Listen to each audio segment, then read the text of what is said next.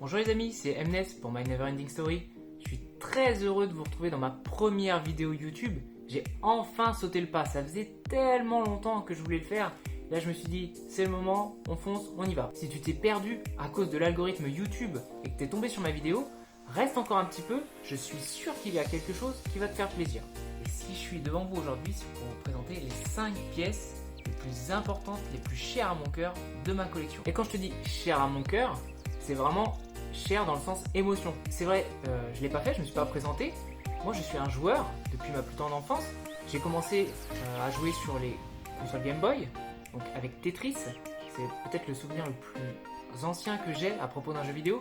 Ou alors ça va être la Mega Drive avec Sonic directement. Voilà, deux grands classiques, mais ça a été les bases de ma vie de gamer. Alors être joueur, tu me diras, c'est bien bon, mais je suis aussi un collectionneur. Et ça, je collectionne depuis 4-5 ans maintenant. Donc tu as déjà une partie que tu peux voir derrière moi, et j'en ai encore un petit peu. Peut-être que tu me connais d'Instagram, peut-être que tu me connais de Twitch, ou peut-être que tu ne me connais pas du tout. Dans tous les cas, si tu as aimé cette vidéo, n'hésite pas à t'abonner à ma chaîne YouTube. D'autres vidéos vont suivre avec encore d'autres pièces de ma collection. Et en ce qui concerne Instagram et Twitch, je te mets le lien directement en dessous. N'hésite pas à venir me voir, je live tous les jours de 13h à 17h et un soir sur deux en couple. L'instant promo est passé, tu peux souffler, on se retrouve tout de suite.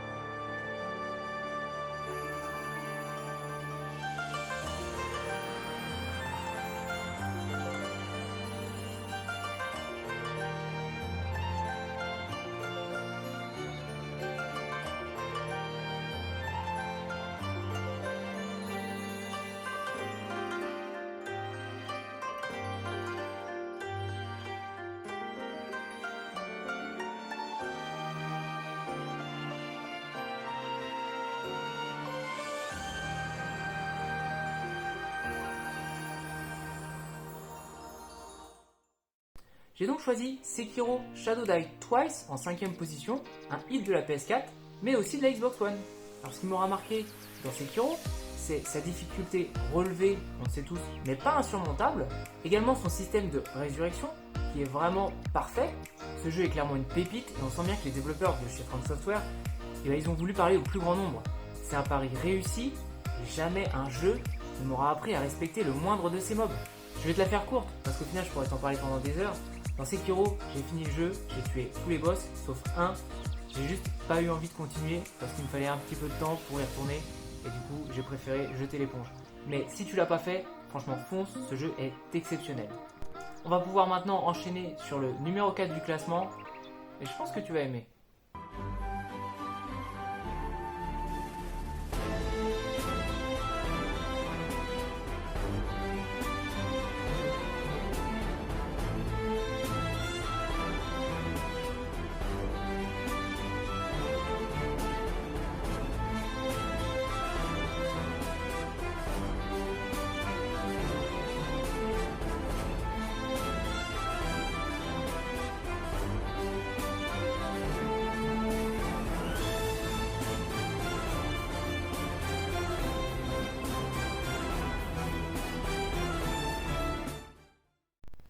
Alors, pour la 4ème position, j'ai choisi Castlevania Symphony of the Night.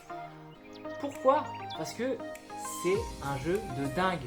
Tu peux pas faire mieux en termes de Castlevania. Quoique, c'est pas mon préféré, mais celui-là, c'est vraiment un titre emblématique en plus de la PlayStation 1.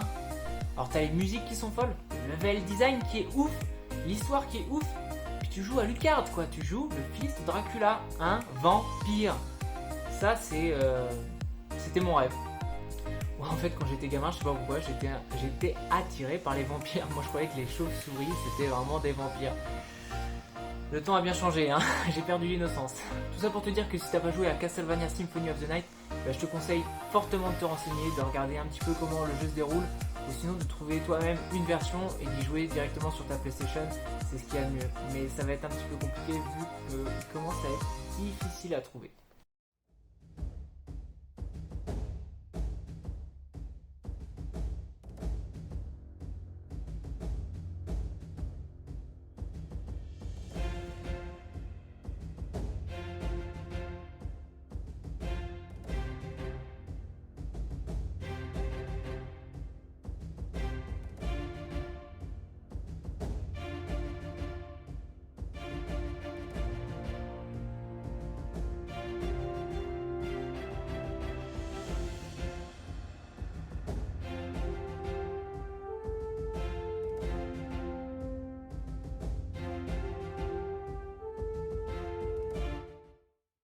Et pour la troisième place, j'ai choisi de te présenter, je ne sais même pas s'il faut encore le présenter d'ailleurs, ce Zelda Link to the Past.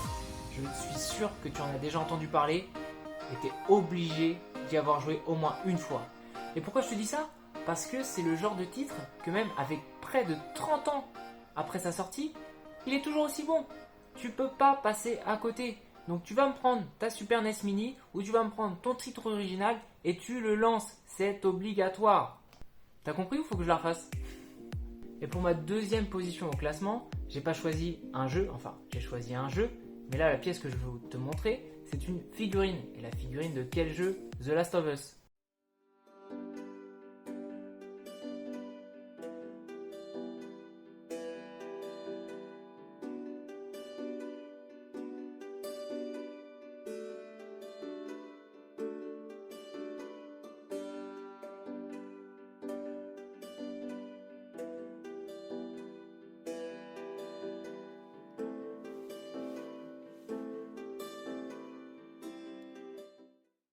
Je suis certain que tu as déjà entendu parler de The Last of Us. Je suis à peu près sûr à 100% que tu as joué à The Last of Us et que tu t'es dit waouh, la claque.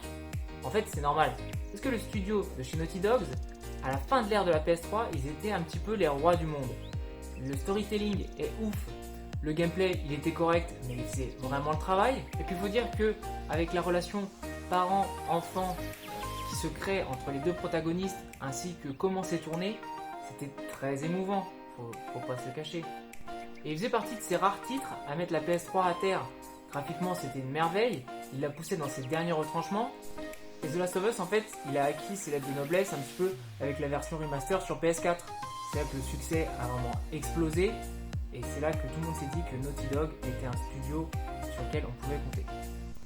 Et contrairement aux autres objets que je t'ai présentés juste avant, je ne l'ai pas déballé parce que justement, le coffret est scellé. Donc c'est un pur objet de collection et c'est un pur plaisir de posséder, je t'avoue. À la différence des États-Unis qui eux ont eu le droit à une édition qui s'appelait la Pandemic Edition, si je ne me trompe pas, en Europe, on a eu le droit à juste un coffret avec la figurine. Donc il n'y a pas le jeu, il y a juste vraiment la statue. Et pour la première position, je vais te parler d'un jeu du cœur.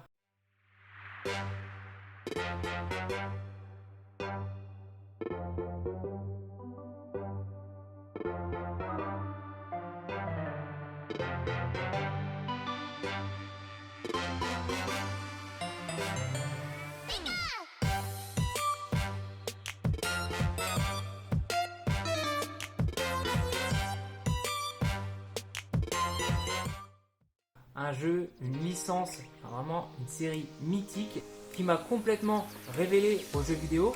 Et on parle bien sûr de Pokémon. Alors moi j'ai commencé avec la version bleue, mais la version jaune est vraiment emblématique.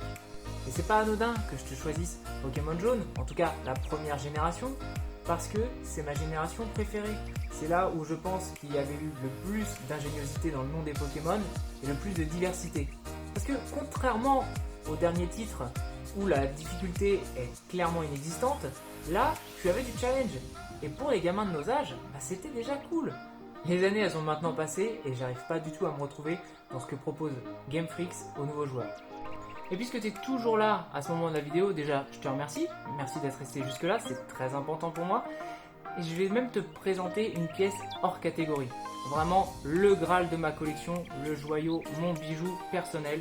C'est maintenant, attention, c'est du lourd.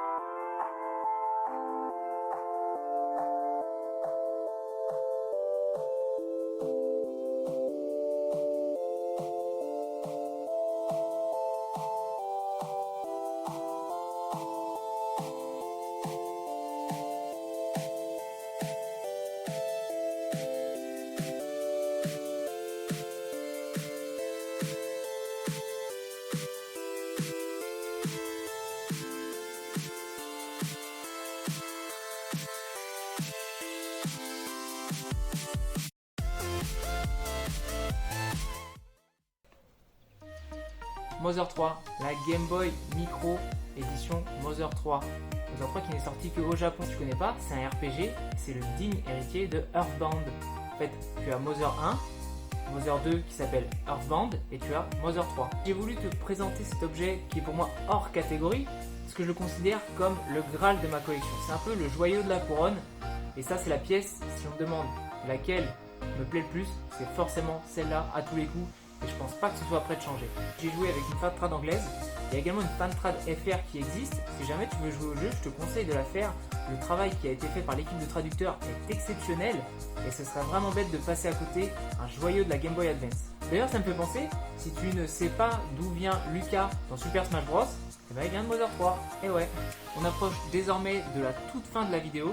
J'espère qu'elle t'a plu. Si jamais c'est le cas et que tu as kiffé la vidéo, n'hésite pas à me le faire savoir en commentaire. Liker, partager, faire ce que tu veux. Enfin, tu connais la chanson, Instagram, Twitch et j'en passe et des meilleurs. Ok ? Nous, on se retrouve très bientôt dans une toute prochaine vidéo. Il va falloir que je pense un petit peu à la tournée déjà. Dans tout cas, moi, je te dis à bientôt sur la chaîne de My Never Ending Stories. Ciao !